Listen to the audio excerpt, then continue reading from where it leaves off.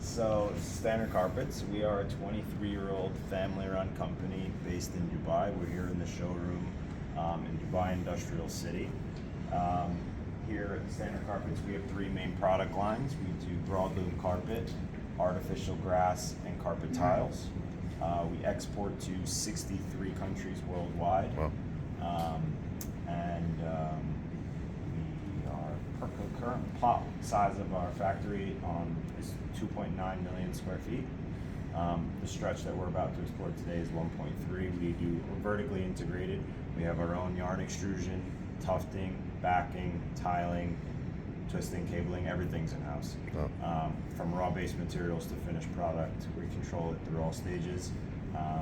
And we do approximately, I'm going to this into feet, about 23 to 25 million square feet every year. Wow. That's a lot. That's Zach. That's Zach. This is Achilles. I'm one of our product designers. Yeah, today we'll start with we'll do a factory tour. We'll go through. I think you've seen quite a lot of the products already. Yeah. So we'll just do more of a plant tour. But basically, all our yarn is basically two main ingredients. One is the polymer. We're all man-made fibers here. So you have polypropylene, polyester, and nylon. Those are the three fibers we work in. And our color master batch. Our color master batch is procured from America, mostly from the US. And these two ingredients are basically melted together at about 180 degrees Celsius, and then extruded through tiny holes, wound together, and then we do the yarn treatments and everything in-house, which we'll go and see. Yarn, carpet, artificial grass is a new division for us. We just procured 4 lines from Germany. We're going to be soon producing, I'm thinking in tons, 12,000 tons annually, which you could say is about 12 million square feet. Few football fields. Yeah. Just, that is actually ongoing. We'll go and have a look at it today, but this is not our yarn yet. This is yarn. We've actually been manufacturing artificial grass for 15 years now, but what we were doing previously was we were purchasing yarn from outside, and then we were tufting it in-house and backing it in-house, and we just over time decided that the disruption in supply chain wasn't working for us, and we weren't getting the quality, quite honestly, that we were used to putting out in the market. So we decided to go in for our own stuff, and that's our newest division.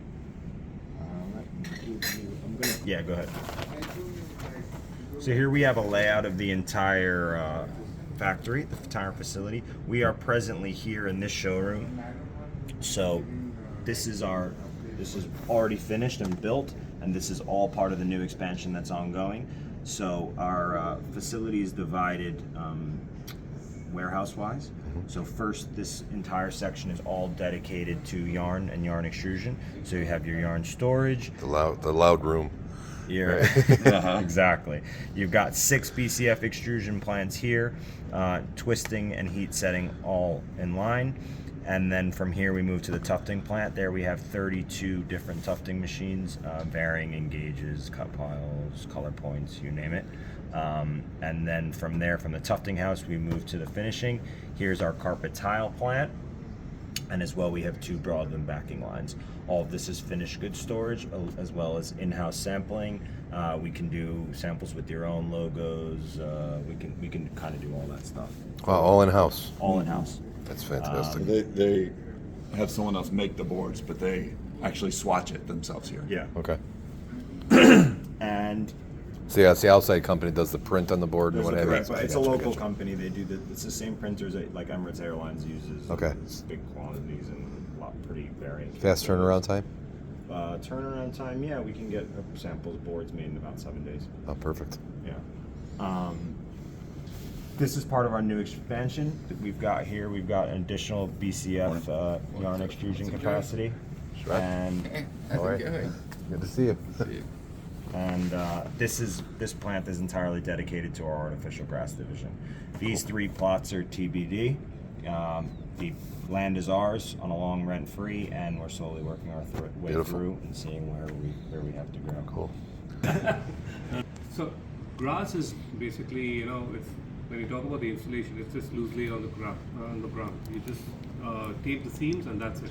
Seam So- sealer or like seaming Yeah, so tape? you have a seaming tape. It's a non-moving, 1 foot wide tape on which you put a glue, and you just close the seams of the carpet. That's it. There's nothing else to do. So it's very easy, but then it is, it's become a more of a technical job because there are bad installations and good installations also. So because of that, all these installers they charge quite a lot of money. So it is a big market, to be honest, and. The smaller the size of the garden, the more expensive Sure, it becomes. sure, Yeah, sure, so sure. it's economies of scale. It's very simple. Sure. Yeah. Yeah. So landscape is one of the biggest markets. But yes, it works well in snow too. Like I thought it'd be good in like Arizona, because it's grass just doesn't grow and the water's inexpensive. Right. But in Michigan, they're doing it now, and like there's snow for 3 months of the year sitting on top of it. Nothing They could run a snowblower across the top of it without destroying it, and it's so. So you have these. Landscape is one because landscaping you don't have much of people. It's only people walking around. But in sports also you have the same kind of application, and the grass performs in all climates, be it sun, 50 degrees or minus 20 degrees. It's absolutely fine. Yeah. And the biggest advantage of artificial turf is like people talk about water being saved and stuff. That's one part of it. But what you get for sports is like a constant playing condition all around the year. So in Jan till December, the turf doesn't change. Yeah. The playing characteristics remains the same. So that is why but it's become a commodity now. Every university, every college, every school has artificial turf for sports. And now, talk about US, you have, laws in California now, I guess, where you can't really water your garden. So people are getting into artificial Yeah. turf big time. So it is a huge, huge market. And where I'm at, there's not anybody, like I was saying, there's nobody that's a major distributor of it in my area. The closest one to where I find is in Ohio. So that's, It's quite 3 hour surprising 3 hour because drive. US is And the biggest market of artificial turf in the world, and it's growing. in Michigan? No, I'm talking about US. Oh, US. Oh, yeah. Yeah. Southwest is tons of it for Yeah. the last 10, 15 years. Yeah. But in the Northeast and in the Midwest, very little. Absolutely. And it's starting to catch on because I think where I live, I think most people just didn't assume that you could put it down throughout the season because of the snow and a lot of rain, and a lot of people like real grass. Yeah. But I think it's starting to catch on, and so It is. like before a bunch of Yeah. other people get into it, I'd like to No, it is. to own that corner. It's a huge market. See, there are two ways of getting into this market. To be honest, I was just talking to Kyle. One is, supplying to these installers. Yeah. People who are actually getting into the installation part. And Or That's what I'm talking about though that's for what he me. wants Yeah. to do. yeah, so that is actually the easiest. Tap these guys. There's a bunch of data available on the internet. You can get your sales team to call these guys up, send your carpets across, and here you are in the market. Yeah. And the second is you get yourself into it. Get your own team in place, Yeah. because that is like going into the downstream, and that's where the bulk of the money is. You see for yourself. Yeah. They are actually charging $14 a square foot. So it's a way of looking at it. In Arizona, it's a third of the price because there's so many people into it, whereas in Michigan, there's Yeah. So these are the two ways of getting into the market. Either tap these, what do you call it, implementers, installers, small time contractors, or get yourself in, get your own distribution channel in, and What's the difference of quality, and how do you know what to look for when it comes to quality? okay. Because I've seen some stuff look great, Yeah. and I've seen other stuff look so matted and ugly it just doesn't, ugh. See, the most integral part of an artificial turf is the yarn, like for carpets.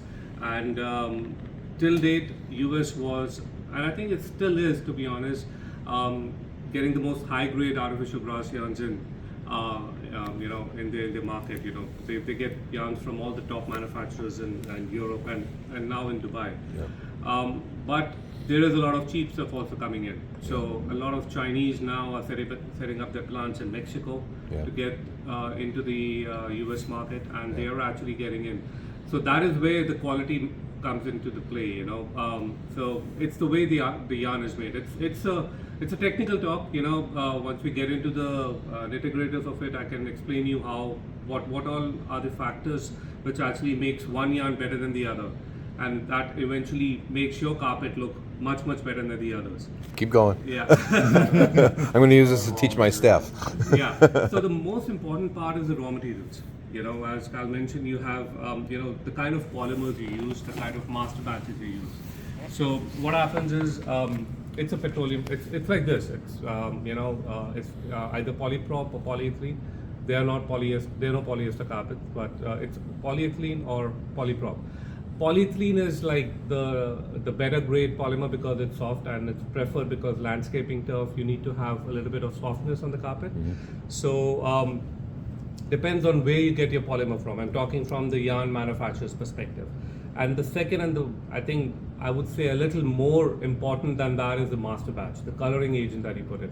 So since it's an outdoor carpet, it's very important you have the right UV package. You know, because the carpet is going to be outside. It's going to be, so you need to have a UV package and how good it is. Yeah. So there are ways, the test done in-house labs. They do the, the weatherometer test, wherein they see how long the carpet will live, before it starts disintegrating or lose its color. So that is another most important aspect. So what happens, the Chinese manufacturers, they tend to cut cost in getting the right UV package in. So after 2 to 3 years, the carpets tend to become a little duller in color. Apart from that, what matters is how you tuft the carpet. So from yarn, you move to the tufting part, right? Before we go to the tufting part, in order for two pieces to one piece to be less fade, more fade resistant in the hot sun. Yeah. Because it's all solution dyed, I'm assuming, right? Yeah, it's So all, yeah. so it's the same all the way through. Yeah. The yarn itself has got to be thicker, correct? Thicker Because now, the sun's going to hit it the same as So how does one fade less than the other? No, it's basically it's nothing to do with how thick the yarn is. Okay. You have yarns going from 100 microns thickness to 400 microns thickness having the same UV package. So it really doesn't matter. If you compare it with the carpet, the yarn is much thicker for a grass, right? So you can't go lesser than 100 microns. So that's like the bare minimum. And you go up to 400, 450 microns. That I'm talking about the thickness of the yarn. Okay. So the UV package remains the same for both. There is absolutely no difference. Okay. Yeah. It's an additive that You put it into the extrusion process. So you dose it as well as you're dosing the polyethylene in the master batch, you're also dosing the UV package. UV package. So the And what package you use and how expensive and the chemical composition of all that. So that's where the people cost. try to cut Gotcha, corners. gotcha. They try to get cheaper raw material going in, and that's what affects the quality of the turf going further. They put filler as opposed And to. you're having a UV guarantee or Yeah, we do. So yes. what we do is now we are in a stage of developing our products. As we speak, our first line is already commissioned. We are making samples. So we have an in-house lab, like most of the good yarn manufacturers all over the globe, and we will test our products. There's a apparatus called the weatherometer where you put the yarn for 7 months. So UV is UV rays are put on it, and over a period of 7 months you determine how many years the product will last. So 7 to 8 months is like equivalent to 7 to 8 years. So we give warranty of that. So till 7 to 8 years, nothing will go wrong with the product in terms of disintegration. Okay. No fading. From UV. From UV, yes. But the point of the What about mission, snow? you don't need UV. Only Right. like Florida. Yeah, you snow. won't have UV issues in Canada or. But if snow, if you have heavy snow sitting on it, Yeah. the snow weighs a ton, Absolutely no problem. and it's wet, No and problem. it's super cold, so it could make it more brittle. No Would problem. that, Because would, in could fact, that as a matter over of time? fact, if you follow field hockey, there's it's played on turf, artificial turf. Yeah. It's a water-based product, which means you need to put water on the turf to play on it. And it performs better with water on it. The construction of the product is such, but it's artificial turf at the end of the day. Yeah. The same raw material, it's the same construction. It's just different engineered turf in terms of the pile height, the density and all. Yeah. But the basic factor remains the same. So nothing goes wrong with the sun, nothing goes wrong with snow, nothing goes wrong with water. few things that we need to keep in mind is like, I mean, off late these things have come up really because now we have a lot of buildings with glass facades. So you have rays, hitting the glass and getting onto the turf. So that spoils the turf a little because you're not tested for that focal rays going onto the turf. But apart from that, there is absolutely no problem for this product. One thing that Kyle mentioned to me on the way over that is better for this carpet versus the Chinese, it's a delustered, and they have the ability to make multiple colors to make it look more realistic. So the Chinese is very shiny, artificial looking, Right. and theirs is going to be much more realistic to real grass. Yeah, and the look and feel of the product. Another important factor is if you see a landscape turf, there is a straight yarn, then there is a curled yarn, right? So what is the trend in the market right now is that the curled yarn is basically a yarn which is not in contact with the foot when you're walking on it, right? So what people do is they tend to buy cheaper curled yarns, right? So that from China, which makes the product look a little cheaper also because it's a little abrasive. What we've done is, and what top manufacturers of grass yarns, they have these highly engineered texturizing machines which maintains the texturization level of the curled yarn.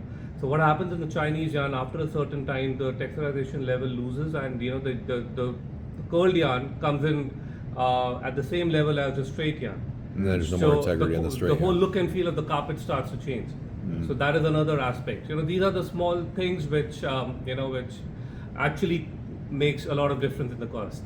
You'd notice, if you want to pause it, show them kind of what you're talking about. And don't Just have a look look at this as this as is their not- product. Yeah, it's made here, but Their yarn. It's an Yeah. example. So you see this kind of a product.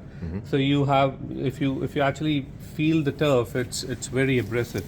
Yeah. It's not soft. Okay. And that is the reason why the cost of the yarn is low because of the fibers the polymers they use, and you see the texture. So this yarn which you see in the curl yarn has to be actually till the middle, but see it's already at the top, so it's already lost its curliness. Uh-huh. So this happens when when you don't have the optimum machinery to make it and the cheap machinery to make this particular product in a layman's term. Another thing is how well your straight yarn, the yarn which is going to be in contact with the foot. So even this particular product, the way it is made. So what happens is the process of making an artificial turf yarn is you like BCF. You put it in, you heat it, you extrude the yarn, right? In this, you have these rollers, which, in a layman's term, again, rollers which keep stretching the yarn. Okay. The more the number of rollers, the more you're adding a process to your manufacturing, and it increases the cost. So if you see a Chinese line, it will have maybe 1 or 1.5 set of rollers. But if you see our machinery, you have 3 rollers who are actually stretching the yarn and making it as strong, and spreading the polymers properly. The molecular weight distribution is proper in the yarn. So all these factors, these are the technical factors which actually make the product look much better than a cheap Chinese product. Sure. Yeah. So product. You have 25 mil, 30 mil, 40 mil, 45 mil, depending upon, and of course the grammage, or you talk about ounce, how heavy your carpet is. In US, the only thing is, just to tell you the market in US, you don't have latex packing. We have latex packing, which we use for our carpets also. It's only we have a black color added to it and more of SBR to hold the tuft lock. Will the water go through it? So Yeah, like in so somebody's yard, like yeah, pet so- dog urine. Is this the backing? Yeah, this This has the backing on it? Yeah, so this is the end product. It is. It is Okay. the end product. So if you see, this is the product. If you see holes in it, right? So this is For the water to go through. perforation. Okay. And artificial turf is always installed on a slope. It take there is a gradation on the ground when you install this product. And the other thing is, it depends from client to client or a contractor to contractor. But it is you don't need a concrete base for this. You can actually The install it gravel. on a gravel base, Yeah. So which is porous, so water goes Yeah. through it. So there's water will never, even if it stops on it for a long time, you know that there is a water puddle, a bird bath in your turf. You can rectify it by pulling the carpet out, just leveling the gravel up and putting the turf back in. But it'll not. Okay, if the water stays for a long time, yes, of course, it starts spoiling the turf. But usually it doesn't happen because the gravel base is a porous space. It takes the water. But that's Takes what I a was lot of asking about with prep. snow, because with snow, Yeah. snow will sit on top of it, Yeah. thousands of pounds Yeah, for it doesn't matter. 3 It months, doesn't 4 matter. months, Yeah. So it goes bad because of algae formation and stuff like that, for which you need a warm thing also. If it's super cold, it's frozen. Nothing will not go gonna wrong. hurt, got it. Yeah, it's ice on this, so nothing will go wrong. Okay. Yeah, but yeah, again, apart from the yarn characteristics that we just discussed about, how good the polymer should be, master batch, UV stabilizers, and all that thing, how you produce the carpet is also what matters. So if you have a dense product, it's more expensive for obvious reasons like the carpets. In US, you have a different kind of backing which is predominant. It's called the polyurethane backing. Okay. So I saw two. I saw one very similar to this, Yeah, and it's shiny. one was porous. They said that the water can go through it. Yeah, so that's another kind. So there's a company called Field Turf. It's a big manufacturing company in US. It's part of the Target Group basically. So they have this technology of porous packing, wherein they just put the latex on these tufts, and they keep the primary backing the way it is. So water just goes through the primary backing. So Is that good or bad? uh, it's a marketing talk. Being very honest, if you see lab test results, there's hardly any difference. The water permeability, what FIFA is, which is the biggest governing body for artificial turf globally, Yeah. the level of water permeability that they say a turf should have, it's similar to that. There is no difference.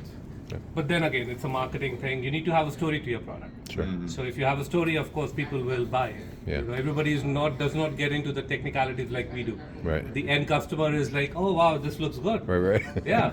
It has the water will go through. Fuzzy it. side up, right? Yeah. So he will not see what FIFA says or American Football Association say. They will just buy the product as per the story given to them. Yeah. So that is also very important. The story attached to the product.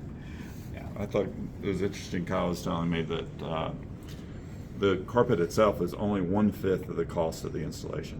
Yeah. Talk about So, I mean, Yeah. it's I a will- lot of prep that has to be done. You talk about adding the Yeah. gravel. But it's nothing compared to. you talk for about what they're sports- getting. They're getting brick paver rates. You know what I mean, that's a lot. That's a lot heavier duty work than right. If you talk about sports per se, as Kyle mentioned, it's actually artificial grass is just 20 to max 30%, depending upon the sport, of the whole system. I was a contractor myself for 6 years, so I know it how much money is there in downstream. Yeah. If you can get hold of the market till the end customer, I know it's a lot of investment, a Right, lot of right. human resource going in, but that's where the money is. Yeah. I think So- what's nice for your business Yeah. too is unlike carpet, there's really not nearly as much color variation. Yeah. Right. So you don't need to carry Yeah. 15 Sure. samples. Yeah, Right. it's just three Pick or up four four lines and get a ton of Yeah, the because floor and call it a day. At max, the combination is you have a green, then you have a green with a brown, or a green or full green.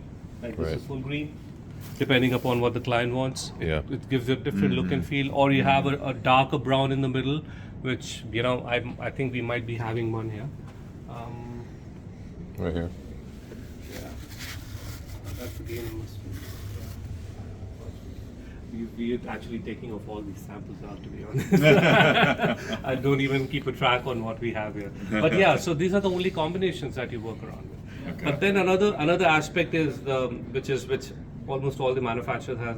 What is the shape of the yarn? So basically, if you take this particular yarn and you take the cross section on the top. Yes. So whether Yeah, it's look a on the C, computer. yeah. So if you C or an S or a W or a diamond, so that is another aspect. So this is a wave shape or a W shape. Yeah. This is an S shape. This is a very big seller in US. This is a C shape. Diamond shape. Diamond is used for sports. The W shape would be the most durable. Actually, the Diamond. most durable shape is the diamond shape. These are all landscaping yarn shapes. So in sports, you have you need, because it's going to be a high performance yarn. Yeah. You need the yarn is Structural integrity. structured Yeah. in a way that if somebody puts a foot, it comes back.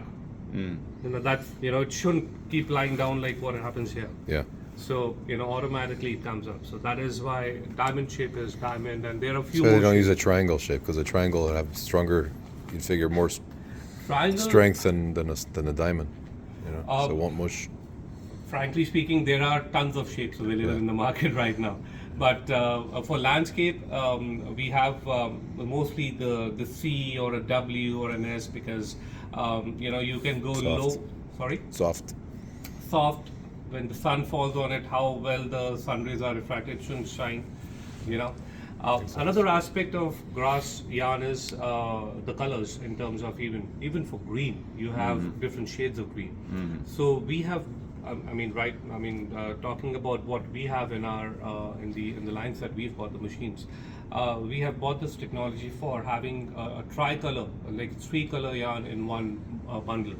Usually you have 2, right? Now in US, the big thing is, and we were there and we met a lot of did a lot of market research and information about how the US market goes. So they want a lot of tricolor yarns coming in. They're looking for that, and we've invested in that technology.